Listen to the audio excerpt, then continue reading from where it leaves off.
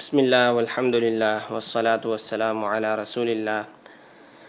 تاریخ امت مسلمہ، مصنف مولانا محمد اسماعیل ریحان، استاذ تاریخ اسلام، جامعۃ الرشید۔ قسط نمبر 19، غزوہ خندق، شوال 5 ہجری۔ اب تک مسلمانوں کی مشرکین مکہ، یہودیوں اور دیگر عرب قبائل سے تمام جنگیں الگ الگ ہوئی تھیں۔ کفار سمجھ گئے تھے کہ کوئی قوت تنہا اسلام کا رستہ نہیں روک سکتی، چنانچہ اسلام دشمن طاقتیں اب مسلمانوں کے خلاف متحدہ اقدامات پر غور کرنے لگیں۔ اس منصوبے کے اصل محرک بنو نذیر کے وہ یہودی رؤساء تھے جنہیں کچھ مدت پہلے مدینہ سے جلا وطن کیا گیا تھا۔ ان میں حوی بن اخطب پیش تھا۔ یہ رؤساء پہلے مکہ گئے اور قریش کے سرداروں سے مل کر ریاست مدینہ کے خلاف ایک متحدہ محاذ بنانے کا معاہدہ کیا۔ پھر وہ مدینہ کے جنوب مشرق میں نجد کی حدود میں آباد غطفان کے جنگجو قبائل سے ملے اور انہیں بھی اس اتحاد میں شامل کرنے میں کامیاب ہو گئے۔ آخر شوال سن 5 ہجری میں اتحادیوں کا سیلاب مدینہ منورہ کی طرف امٹ پڑا۔ قریش نے اپنے جوانوں، حلیف قبائل اور احابیش سے 4000 جوانوں کی نفری فراہم کی تھی، جن میں 300 گھڑ سوار موجود تھے۔ بنو غطفان نے 700 جنگجو پیش کیے تھے جن کی قیادت عیینہ بن حصن کر رہا تھا۔ بنو مرہ کے 400 سپاہیوں کا سالار حارث بن عوف تھا۔ مسعر بن رحیلہ بنو اشجع کے 400 سورماؤں کو ساتھ لایا تھا۔ راستے میں بنو اسد اور بنو سلیم کی فوجیں بھی ہم رکاب ہو گئیں۔ اس طرح حملہ آوروں کی تعداد 10,000 تک جا پہنچی۔ قریشی سالار ابو سفیان بن حرب کے پاس تمام فوجوں کی عمومی کمان تھی۔ حضور نبی کریم صلی اللہ علیہ وسلم نے اتحادیوں کی روانگی کی اطلاع پاتے ہی شہر کے حفاظتی انتظامات کا جائزہ لیا۔ جنوب میں باغات کی دیواروں اور مشرق و مغرب میں حرہ کے دشوار گزار ٹیلوں نے حملہ آوروں کی راہیں مسدود کر رکھی تھیں، اسی لیے اصل خطرہ شمال کی طرف تھا۔ عام حالات میں یہاں صرف مورچے بنا کر بھی دفاع کیا جا سکتا تھا، اور اگر دشمن شہر میں گھس آتا تو شہر کی گلیوں میں جا بجا واقع انصار کی قلعہ نما حویلیوں سے بھی ان پر پتھراؤ اور تیر اندازی کر کے انہیں چھٹی کا دودھ یاد دلایا جا سکتا تھا، جیسا کہ غزوہ احد میں نبی اکرم صلی اللہ علیہ وسلم کا ابتدائی منصوبہ یہی تھا۔ لیکن اب دشمن کی افرادی طاقت اتنی زیادہ اور انتظامات اتنے مکمل تھے کہ یہ معمولی دفاعی حربے کارآمد نہیں ہو سکتے تھے۔ کھلے میدان میں لڑنے کے نقصانات جنگ احد میں سامنے آ چکے تھے، اس لیے رسول اللہ صلی اللہ علیہ وسلم نے خصوصی طور پر شہر کے دفاع کے بارے میں مشورہ کیا، جس میں اکابر ہی نہیں عام صحابہ کو بھی رائے پیش کرنے کا موقع دیا گیا تھا۔ فارس سے آئے ہوئے سلمان فارسی رضی اللہ عنہ کی تجویز سب سے الگ تھی۔ انہوں نے بتایا کہ فارس میں ایسے مواقع پر خندقیں کھود کر حملہ آور کی پیش قدمی روک دی جاتی ہے۔ حضور نبی کریم صلی اللہ علیہ وسلم نے اس مشورے کو بہت بڑے غور سے سنا اور پھر بلا تاخیر اس پر عمل پیرے کا فیصلہ کر دیا۔ یہ اس زمانے کی ترقی یافتہ جنگی تکنیک تھی جس سے عرب ناشنا تھے۔ خندق کی نقشہ سازی اور کھدائی۔ حضور صلی اللہ علیہ وسلم گھوڑے پر سوار ہو کر چند مہاجرین و انصار کے ساتھ نکلے اور مدینہ کے آس پاس گشت کر کے دفاع کے لیے مناسب نقشہ تیار کیا۔ آپ نے حکم دیا کہ مجاہدین، جن کی تعداد 3000 تھی، کوہ سلع کے دامن میں پڑاؤ ڈالیں اور مدینہ کے مشرقی ٹیلے حرہ واقم سے مغربی ٹیلے حرہ وبرہ تک کمان کی شکل میں ایک لمبی خندق کھودیں۔ کھدائی سے قبل اس سارے علاقے کی پیمائش کی گئی، جو تقریباً 3.5 میل یعنی 5.5 کلومیٹر تھی۔ اس طویل پٹی پر خندق کی کھدائی کے لیے حضور صلی اللہ علیہ وسلم نے نشانات لگائے اور حد بندی کی۔ آپ صلی اللہ علیہ وسلم کے ساتھ 3000 صحابہ تھے۔ آپ صلی اللہ علیہ وسلم نے 10 افراد کی ٹولیاں بنائیں اور 20 میٹر رقبے کی کھدائی ہر ٹولی کے ذمے لگا دی۔ مہاجرین اور انصار میں سے ہر شخص قوی البدن، غریب الوطن صحابی سلمان فارسی رضی اللہ عنہ کو اپنی ٹولی میں لینا چاہتا تھا۔ اختلاف اتنا بڑھا کہ رسول اللہ صلی اللہ علیہ وسلم کو فیصلہ کرنا پڑا۔ فرمایا، سلمان ہمارے اہل بیت میں سے ہے۔ خندق کی گہرائی 15 فٹ اور چوڑائی 30 فٹ کے لگ بھگ رکھی گئی تھی تاکہ گھڑ سوار بھی اسے آسانی سے نہ پھلانگ سکیں۔ چونکہ وقت کم تھا اس لیے بہت تیزی سے کام شروع کیا گیا۔ حضور صلی اللہ علیہ وسلم نے وقت کی نزاکت کا اندازہ کرتے ہوئے سب کو اس کام میں لگا دیا۔ موقع اتنا نازک تھا کہ کوئی بچہ بڑا اس کام سے پیچھے نہیں رہ سکا۔ اگر کسی کو تھوڑی دیر کے لیے بھی کسی کام سے جانا ہوتا تو حضور صلی اللہ علیہ وسلم سے اجازت لیے بغیر نہیں جا سکتا تھا۔ جو کڑیل جوان تھے وہ کدالوں اور پھاوڑوں سے زمین کھود رہے تھے، باقی لوگ مٹی اٹھا اٹھا کر کناروں پر جمع کر رہے تھے، جس سے خندق کے اندرونی کنارے پر تقریباً 6 فٹ بلند پشتہ بنایا جا رہا تھا۔ مٹی اٹھانے والوں میں حضرت ابو بکر و عمر رضی اللہ عنہما جیسے بزرگ حضرات بھی شامل تھے۔ جلدی میں سب کو ٹوکریاں نہیں مل سکی تھیں، اس لیے حضرت ابو بکر اور حضرت عمر فاروق رضی اللہ عنہما اپنے کپڑوں میں مٹی ڈھو رہے تھے۔ حضور اکرم صلی اللہ علیہ وسلم کام کی نگرانی اور صحابہ کی حوصلہ افزائی کے لیے بذات خود خندق کے پاس ایک پہاڑی پر خیمہ لگا کر وہیں مقیم ہو گئے۔ خندق جہاں جہاں کسی پہاڑی حصے سے گزرتی تھی وہاں پہاڑیوں پر مجاہدین کا پہرا لگا کر چوکیاں قائم کر دی گئی تھیں۔ حضور صلی اللہ علیہ وسلم بھی خندق سے متصل ایسی ہی ایک چوکی پر قیام پذیر تھے۔ بعد میں یادگار کے طور پر یہاں ایک مسجد بنا دی گئی جو مسجد ذباب کے نام سے مشہور ہے۔ ان چوکیوں کے سامنے خندق کو بوقت ضرورت عبور کرنے کا انتظام بھی کیا گیا تھا تاکہ مسلمانوں میں سے کسی کو جاسوسی وغیرہ کے لیے دشمنوں کی طرف جانا ہو تو جا سکے۔ ایسے راستے یا پل کو باب کا نام دیا جاتا تھا۔ مسجد ذباب اصل میں ذو باب تھی، یعنی دروازے والی مسجد۔ مطلب یہ ہے کہ رسول اللہ صلی اللہ علیہ وسلم کا خیمہ جہاں مسجد ذباب قائم ہے ایسے مقام پر تھا جس کے سامنے خندق پر دروازہ لگا تھا جو پل وغیرہ کی شکل کا ہوگا، اس لیے اس کو ذباب کہا گیا۔ حضور صلی اللہ علیہ وسلم 10 آدمیوں کی ایک ٹولی میں بذات خود شامل تھے اور موقع بموقع نہ صرف کھدائی میں شرکت فرماتے بلکہ مٹی اٹھا اٹھا کر پھینکنے میں بھی حصہ لیا کرتے۔ یہ سخت سردی کے ایام تھے اور شہر میں کھانے پینے کے ذخائر بہت کم رہ گئے تھے، اس لیے صحابہ کرام کو پیٹ بھر کر کھانا بھی نصیب نہیں تھا۔ پھر بھی وہ خندق کی کھدائی میں پورے جوش و جذبے سے شریک تھے۔ کھدائی کا کام روزانہ صبح سویرے شروع ہوتا اور اندھیرا پھیلنے تک جاری رہتا۔ شب خون کے دفاع کا انتظام۔ اس دوران مشرکین کی پیش قدمی کی خبر متواتر پہنچ رہی تھی اور کھدائی مکمل ہونے سے چند دن پہلے یوں لگتا تھا کہ مشرکین کے ہر اول دستے کسی بھی شب چھاپا مار حملہ شروع کر دیں گے۔ ممکنہ شب خون میں کھلبلی سے بچنے کے لیے رسول اللہ صلی اللہ علیہ وسلم نے فرمایا، اگر تم پر شب خون مارا جائے تو اپنوں کی پہچان کے لیے شناختی جملہ حامیم لا ینصرون ہوگا۔ صحابہ کے رجزیہ و نعتیہ اشعار۔ حملے سے قبل کھدائی مکمل کرنے کے لیے مسلمان اپنی ساری قوت صرف کیے دے رہے تھے۔ نبی اکرم صلی اللہ علیہ وسلم صحابہ کی یہ محنت و مشقت دیکھ کر ان کا حوصلہ بڑھاتے اور فرماتے، اللہم لا عیش الا عیش الآخرہ فاغفر الانصار والمہاجرہ۔ اے اللہ، اصل زندگی تو آخرت ہی کی زندگی ہے، پس تو انصار اور مہاجرین کو بخش دے۔ صحابہ اکرام رسول اللہ صلی اللہ علیہ وسلم کی دعائیں سن کر اپنی محبت اور ولولے کا اظہار کرتے ہوئے یہ رجز پڑھتے تھے، نحن الذین بایعوا محمدا علی الجہاد ما بقینا ابدا۔ ہم وہ ہیں جو محمد صلی اللہ علیہ وسلم سے بیعت کر چکے ہیں جہاد کی، جب تک ہم باقی رہیں گے، ہمیشہ ہمیشہ کے لیے۔ مٹی لاتے ہوئے رسول اللہ صلی اللہ علیہ وسلم اپنے صحابی عبداللہ بن رواحہ انصاری رضی اللہ عنہ کے یہ شعر دہراتے تھے، واللہ لولا اللہ ما اہتدینا ولا تصدقنا ولا صلینا فانزلنا سکینة علینا وثبت الاقدام ان لاقینا ان الاولی قد بغوا علینا اذا ارادوا فتنة ابینا۔ ترجمہ: اللہ کی قسم، اللہ کی توفیق نہ ہوتی تو ہم ہدایت نہ پاتے، نہ صدقہ و خیرات کرتے، نہ نمازیں پڑھا کرتے۔ بس الہی تو ہم پر سکون نازل فرما، اور اگر مقابلہ ہو تو ہمارے قدموں کو جما دے۔ بے شک ان لوگوں نے ہم پر چڑھائی کی ہے، وہ جب بھی ہمیں آزمائیں گے ہم ہار نہیں مانیں گے۔ صحابہ اکرام رضی اللہ عنہم بھی رسول اللہ صلی اللہ علیہ وسلم کے ساتھ آواز ملا کر دہراتے، ہم ہار نہیں مانیں گے۔ مشرق و مغرب کی فتوحات کی پیش گوئی۔ کھدائی کے دوران ایک جگہ سخت چٹان آ گئی، صحابہ اکرام اسے توڑنے سے عاجز آ گئے تو آ کر رسول اللہ صلی اللہ علیہ وسلم کو اطلاع دی۔ آپ خود تشریف لائے اور کدال سے اس سخت چٹان پر 3 وار کیے، وہ ریزہ ریزہ ہو گئی۔ چٹان پر وار کرتے وقت ہر بار کچھ شعاعیں سی چمکیں۔ حضرت سلمان فارسی رضی اللہ عنہ نے پوچھا، یہ چمک کیسی تھی؟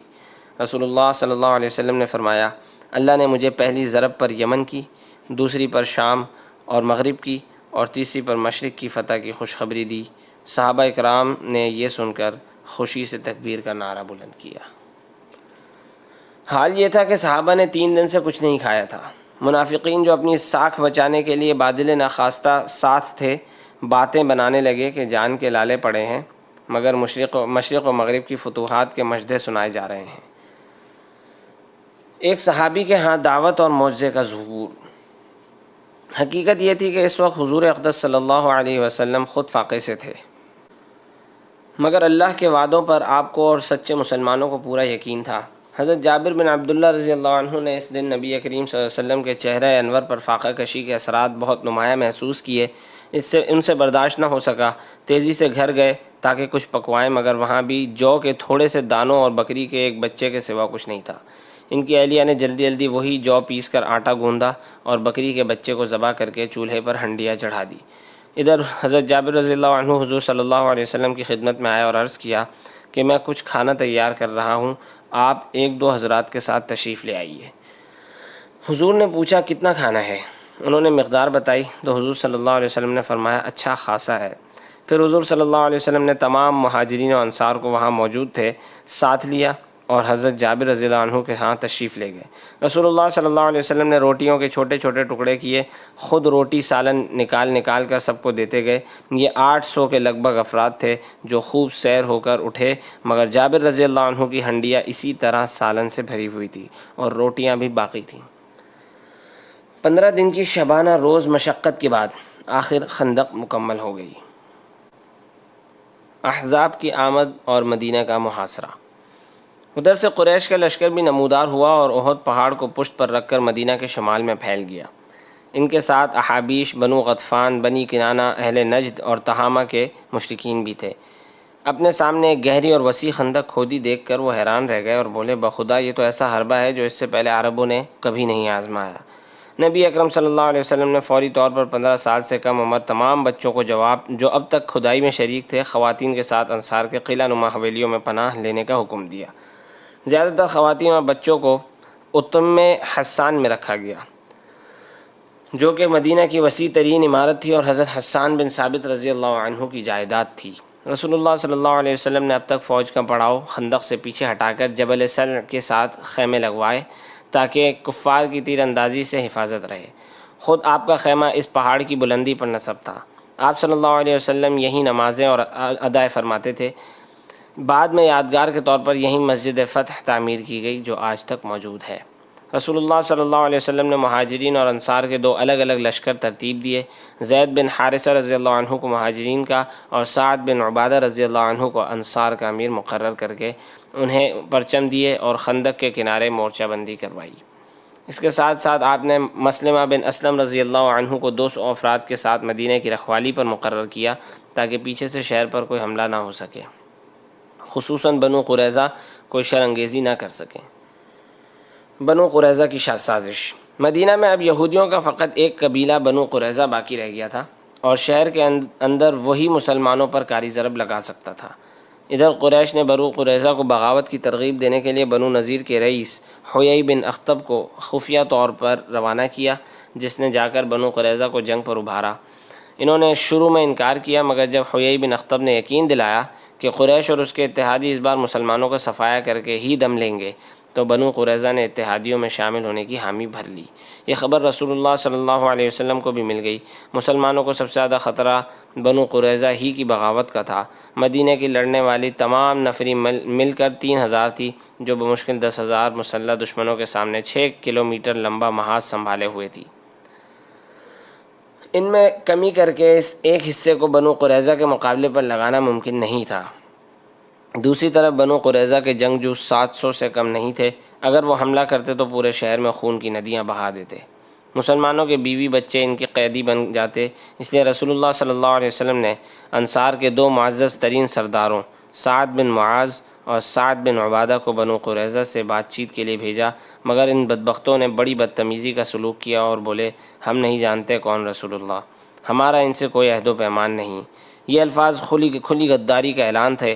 حضور صلی اللہ علیہ وسلم نے اپنے سفیروں کو بھیجتے وقت ہدایت کر دی تھی کہ یہود کی وفاداری برقرار دیکھو تو واپس آ کر واضح الفاظ میں بیان کرنا تاکہ سب سن لیں اور ان کا حوصلہ بڑھ جائے، لیکن اگر معاملہ برعکس ہو تو صورتحال اشارے میں بیان کرنا۔ چنانچہ ان حضرات نے واپس آ کر اشارے میں کہا عزل اور قارا۔ حضور صلی اللہ علیہ وسلم یہ سن کر کچھ دیر کے لیے چپ چاپ رہ گئے، مگر پھر دوسروں کو بددلی سے بچانے کے لیے فرمایا، مسلمانوں، تمہیں فتح و نصرت کی بشارت ہو۔ سخت ترین آزمائش شروع ہو گئی تھی۔ منافقین اب آپ صلی اللہ علیہ وسلم سے اجازت لے کر اپنے گھروں کو جا رہے تھے۔ بہانہ یہ تھا کہ گھر غیر محفوظ ہیں۔ آپ صلی اللہ علیہ وسلم چشم پوشی کا معاملہ فرماتے ہوئے انہیں جانے دے رہے تھے۔ ادھر بنو قریظہ کی طرف سے مثبت جواب ملتے ہی اتحادیوں کے لشکر نے خندق کے گرد محاصرہ تنگ کر لیا تھا اور تیر اندازی اور سنگ باری کے ذریعے مسلمانوں کو خندق سے دور دھکیلنے کی کوشش شروع کر دی تھی۔ مسلمان برابر شہر کا دفاع کر رہے تھے اور جوابی نشانہ بازی کے ذریعے انہیں خندق کے قریب آنے سے روک رہے تھے۔ ایک دن صبح سے شام تک مشرکین کے حملوں کا اتنا دباؤ رہا کہ حضور صلی اللہ علیہ وسلم اور صحابہ اکرام کی 3 نمازیں قضا ہو گئیں۔ اس صورتحال میں عقب سے شہریوں پر بنو قریظہ کے حملے کا خدشہ مسلسل لاحق تھا۔ حضرت ابو بکر صدیق رضی اللہ عنہ جیسے مضبوط دل گردے والے آدمی کا یہ حال تھا کہ بار بار سل کی پہاڑ کی چوٹی سے مڑ مڑ کر مدینے کی طرف دیکھتے اور جب خاموشی محسوس ہوتی تو اللہ کا شکر ادا کرتے کہ ابھی تک بنو قریظہ نے حملہ نہیں کیا۔ حضرت صفیہ بنت عبد المطلب اور زبیر بن عوام کی بہادری۔ مگر حقیقت یہ تھی کہ بنو قریظہ نے نہ صرف مدینہ کی آبادی پر شب خون مارنے کی تیاری کر لی تھی، بلکہ ان حویلیوں کی طرف جن میں عورتیں اور بچے پناہ لیے ہوئے تھے کچھ مسلح افراد کو روانہ کر دیا تھا تاکہ وہ جائزہ لے کر آئیں کہ حویلیوں کی حفاظت کے لیے مسلح پہرے دار تعینات ہیں یا نہیں، اور اگر ہیں تو کتنے۔ ان میں سے ایک یہودی حضرت حسان رضی اللہ عنہ کی حویلی کے آس پاس منڈلانے لگا، جو سب سے بڑی اور محفوظ قلعہ نما عمارت تھی۔ اس وقت یہاں سب خواتین اور بچے ہی تھے، مردوں میں سے حسان رضی اللہ عنہ کے سوا کوئی نہیں تھا۔ حضور صلی اللہ علیہ وسلم کی پھوپھی حضرت صفیہ رضی اللہ عنہ حویلی کی چھت پر کھڑی نگرانی کر رہی تھیں۔ انہوں نے یہودی کو چکر لگاتے دیکھا تو پریشان ہو گئیں۔ پہلے حضرت حسان سے کہا، آپ جا کر اسے مار دیں ورنہ یہ جا کر دوسرے یہودیوں کو اطلاع دے دے گا کہ اس حویلی کی حفاظت کا کوئی انتظام نہیں ہے، مگر وہ بڑھاپے اور کمزوری کی وجہ سے ہمت نہ کر سکے۔ آخر صفیہ رضی اللہ عنہ نے خود ہی ایک بھاری بانس اٹھایا اور آہستہ سے حویلی کا دروازہ کھولا، دبے پاؤں باہر نکلیں اور پشت کی طرف سے جا کر یہودی پر ایسے پے در پے وار کیے کہ وہ وہیں موت کے گھاٹ اتر گیا۔ ادھر رسول اللہ صلی اللہ علیہ وسلم نے بنو قریظہ کی حرکتوں پر نظر رکھنے کے لیے حضرت زبیر بن عوام رضی اللہ عنہ کو مقرر کر دیا تھا۔ وہ جان ہتھیلی پر رکھ کر تنہا گھوڑا دوڑاتے ہوئے مدینے سے گزر کر بنو قریظہ کے قلعوں تک جاتے، صورتحال کا جائزہ لیتے اور پھر سیدھے خندق پر آ کر آپ صلی اللہ علیہ وسلم کو اطلاع دیتے۔ آپ صلی اللہ علیہ وسلم نے اس بہادری پر بے ساختہ فرمایا، تجھ پر میرے ماں باپ قربان۔ نوفل بن عبداللہ مارا گیا۔ مشرکین کی طرف سے خندق پر دھاوے برابر جاری تھے۔ ابو سفیان، عمر بن العاص، خالد بن ولید، عکرمہ بن ابی جہل اور قریش کے دیگر نامی گرامی سردار گھڑ سواروں کو لے کر باری باری حملہ کرتے۔ ایک دن ان کا نامور سردار نوفل بن عبداللہ خندق عبور کرنے کی کوشش میں گھوڑے سمیت خندق میں جا گرا۔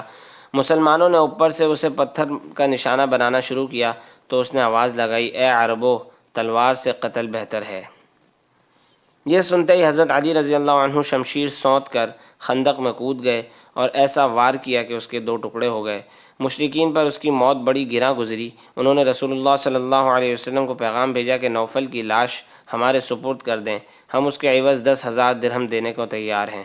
رسول اللہ صلی اللہ علیہ وسلم نے معاوضہ لینے سے انکار کر دیا اور صحابہ سے فرمایا، لاش ان کے حوالے کر دو، یہ بھی ناپاک ہے اور اس کا عوض بھی۔ انصار کا قریش کے سامنے جھکنے سے انکار۔ جیسے جیسے محاصرہ زیادہ شدت اختیار کرتا گیا، اہل مدینہ کی تکلیفیں دیکھ دیکھ کر رسول اللہ صلی اللہ علیہ وسلم کا اضطراب بھی بڑھتا گیا۔ آپ صلی اللہ علیہ وسلم کو یہ خدشہ بھی تھا کہ کہیں انصار ہمت نہ ہار جائیں، اس لیے آپ صلی اللہ علیہ وسلم نے دشمنوں کو کمزور کرنے کے لیے ان کی 2 رئیسوں عیینہ بن حصن اور حارث بن عوف سے، جو غطفان کے سردار تھے، خفیہ طور پر مراسلت کی اور انہیں پیشکش کی کہ اگر وہ اپنے گروہوں سمیت قریش کا ساتھ چھوڑ کر چلے جائیں تو انہیں مدینہ کی پیداوار کا 1/3 دیا جاتا رہے گا۔ یہ دونوں سردار قریش سے چھپ کر آپ صلی اللہ علیہ وسلم سے ملنے آ گئے اور صلح میں دلچسپی ظاہر کی، مگر ساتھ ہی اصرار کیا کہ نصف پیداوار لیں گے۔ رسول اللہ صلی اللہ علیہ وسلم نے 1/3 سے زیادہ دینے سے انکار کر دیا۔ آخر غطفانی سردار اسی پر راضی ہو گئے۔ معاہدے کی عبارت لکھ لی گئی، مگر دستخط کرنے سے پہلے حضور صلی اللہ علیہ وسلم نے اوس اور خزرج کے سرداروں حضرت سعد بن معاذ اور سعد بن عبادہ رضی اللہ عنہما کو اعتماد میں لینا ضروری سمجھا اور انہیں بلا کر ساری بات بتائی۔ وہ بولے، اللہ کے رسول، اگر یہ اللہ کا حکم ہے تو ٹھیک ہے، آپ نے فرمایا اللہ کا حکم ہوتا تو میں تم سے مشورہ نہیں مانگتا، مگر میں نے جب دیکھا کہ تمام عرب والے تمہارے خلاف متحد ہو گئے ہیں تو میں نے چاہا اس طرح ان کی قوت کم کر دوں۔ یہ سن کر سعد بن معاذ رضی اللہ عنہ نے کہا، اللہ کے رسول، اگر یہ وجہ ہے تو سنیے، جب ہم مشرک تھے تب بھی یہ لوگ ہماری پیداوار ہڑپ نہیں کر سکتے تھے، اب تو اللہ نے ہمیں اسلام کی ہدایت دے دی ہے، آپ کے ذریعے ہمیں معزز بنا دیا ہے، اب کیسے ممکن ہے کہ یہ لوگ ہماری پیداوار میں حصہ دار بنیں؟ اللہ کی قسم ہمارے پاس ان کے لیے تلوار کے سوا کچھ نہیں۔ رسول اللہ صلی اللہ علیہ وسلم ان کا جذبہ دیکھ کر خوش ہوئے۔ آپ نے معاہدے کے مسودے کو چاک کر دیا اور غطفان کے دونوں سرداروں سے کہا، جاؤ اب تلوار ہی سے فیصلہ ہوگا۔ سعد بن معاذ رضی اللہ عنہ کا زخم۔ خندق کے کنارے اس طرح محصورانہ جنگ رہی، تیروں اور پتھروں کا تبادلہ ہوتا رہا۔ اوس کے سردار حضرت سعد بن معاذ رضی اللہ عنہ دراز قامت تھے اور زرہ چھوٹی تھی جس سے ان کے دونوں ہاتھ باہر دکھائی دیتے تھے۔ ایک دن قریش کے ایک ماہر تیر انداز حبان بن عریقہ نے تاک کر ان پر تیر چلایا جس سے ان کی کلائی کی شہرک کٹ گئی۔ رسول اللہ صلی اللہ علیہ وسلم نے ان کے لیے مسجد ہی میں خیمہ لگوا دیا تاکہ اپنے قریب رکھ کر ان کی اچھی طرح دیکھ بھال کی جا سکے، مگر خون بند ہونے کا نام نہ لیتا تھا۔ رسول اللہ صلی اللہ علیہ وسلم نے اپنے ہاتھ سے ایک سلاخ گرم کر کے زخم کو داغا، مگر نصیب میں شفا نہیں تھی، ہاتھ پھول گیا، پھر زخم پھٹا اور خون دوبارہ جاری ہو گیا۔ نبی اکرم صلی اللہ علیہ وسلم نے دوبارہ زخم کو داغا۔ اس حالت میں حضرت سعد رضی اللہ عنہ نے دعا کی، الہی مجھے اس وقت تک موت نہ دے جب تک میری آنکھوں کو بنی قریظہ کے انجام سے ٹھنڈی نہ کر دے۔ یہ دعا ایسی قبول ہوئی کہ خون بہنا فوراً بند ہو گیا، تاہم حالت خطرے سے باہر نہیں تھی کیونکہ زخم شہرک کا تھا۔ عمر بن عبد ود کا قتل۔ ایک دن غیر معمولی واقعہ ہوا۔ حریف کے چند نامور شہ سواروں نے اپنے اپنے گھوڑوں کو ایڑ لگائی اور ایک نسبتاً کم چوڑی جگہ سے جست کر کے خندق کے پار آ گئے۔ ان میں عرب کا مانا ہوا شمشیر زن عمر بن عبد ود بھی تھا۔ اس نے للکار کر کہا، ہے کوئی جو مقابلے پر آئے؟ حضرت علی نے حضور صلی اللہ علیہ وسلم سے عرض کیا، میں اس سے لڑوں گا، مگر حضور صلی اللہ علیہ وسلم نے روکا اور فرمایا، علی یہ عمر بن عبد ود ہے۔ عمر بن عبد ود نے دوبارہ سہبارہ آواز لگائی اور جواب میں خاموشی پا کر کہنے لگا، کہاں ہے تمہاری وہ جنت جس میں تم مر کر جانے کا یقین رکھتے ہو؟ حضرت علی رضی اللہ عنہ بے قرار ہو کر اٹھنے لگے۔ رسول اللہ صلی اللہ علیہ وسلم نے فرمایا، علی بیٹھ جاؤ، یہ عمر بن عبد ود ہے۔ وہ بولے، چاہے وہی ہو۔ حضور صلی اللہ علیہ وسلم نے اجازت دے دی۔ یہ تلوار سونت کر پیدل نکلے۔ عمر بن عبد ود انہیں آتا دیکھ کر گھوڑے سے اترا اور شعلے کی طرح چمکتی شمشیر لے کر حملہ آور ہوا۔ حضرت علی رضی اللہ عنہ نے وار ڈھال پر روکا، مگر عمر بن عبد ود کا ہاتھ اتنا زوردار تھا کہ تلوار ڈھال کو کاٹتی ہوئے حضرت علی کی پیشانی تک پہنچ گئی، تاہم زخم کاری نہیں تھا۔